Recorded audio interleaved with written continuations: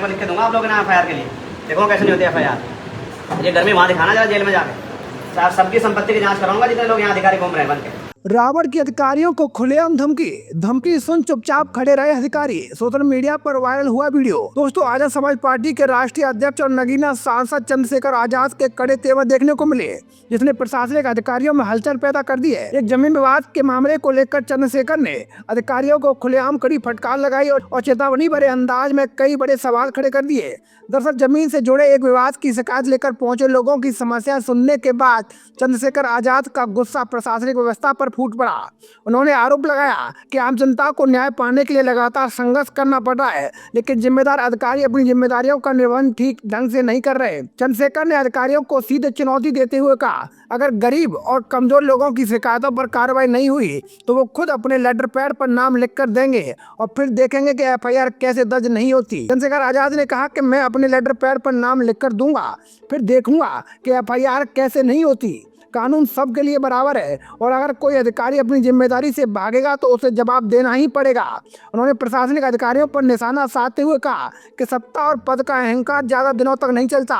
जनता सब कुछ देख रही है, समय आने पर जवाब भी देती है। उन्होंने चेतावनी भरे अंदाज में कहा कि जो गर्मी और रौब अधिकारियों के दफ्तरों में दिखाई देता है, वही गर्मी जेल के अंदर जाकर भी दिखानी चाहिए। चंद्रशेखर आजाद ने भ्रष्टाचार के मुद्दे को भी जोर शोर से उठाया। उन्होंने कहा कि अगर जरूरत पड़ी तो अधिकारियों की संपत्तियों की जाँच करवाई जाएगी। उन्होंने सवाल उठाते हुए कहा कि आखिर इतनी संपत्ति कहां से आई, किसके शहर में प्लॉट खरीदे गए और किस आधार पर करोड़ों की संपत्ति बनाई गई। उन्होंने कहा कि सबकी संपत्ति की जांच करवाऊंगा, देखेंगे कहां प्लॉट खरीद रखे हैं। जनता के पैसे से ऐश करने वालों को जवाब देना पड़ेगा। इसके साथ ही उन्होंने सरकारी दफ्तरों में कथित भ्रष्टाचार पर भी तीखा हमला बोला। चंद्रशेखर आजाद ने कहा कि आम लोगों के मन में ये सवाल है, क्या कोई ऐसा सरकारी दफ्तर बचा है जहां बिना पैसे के काम हो जाता हो। उन्होंने कहा कि जनता को अपने ही अधिकारों के लिए रिश्वत देने को मजबूर किया जा रहा है, जो बेहद चिंताजनक स्थिति है। उन्होंने कहा कि मुझे बताइए कोई ऐसा दफ्तर है जहां बिना पैसे के काम हो जाता हो। जनता परेशान है लेकिन अधिकारी मालिक बनकर बैठे हैं, ये व्यवस्था नहीं चलेगी। चंद्रशेखर आजाद ने अधिकारियों को याद दिलाया कि वे जनता के सेवक हैं, मालिक नहीं। उन्होंने कहा कि सरकारी कुर्सी जनता की सेवा के लिए दी जाती है, न कि लोगों को डराने और परेशान करने के लिए। अगर कोई अधिकारी जनता के साथ अन्याय करेगा तो उसके खिलाफ लोकतांत्रिक तरीके से लड़ाई लड़ी जाएगी। इस दौरान उन्होंने पीड़ित परिवारों को भरोसा दिलाया कि उनकी पार्टी उनके साथ खड़ी है और न्याय दिलाने के लिए हर संभव प्रयास किया जाएगा। उन्होंने कहा कि चाहे प्रशासन हो या कोई प्रभावशाली व्यक्ति, कानून से ऊपर कोई नहीं होता।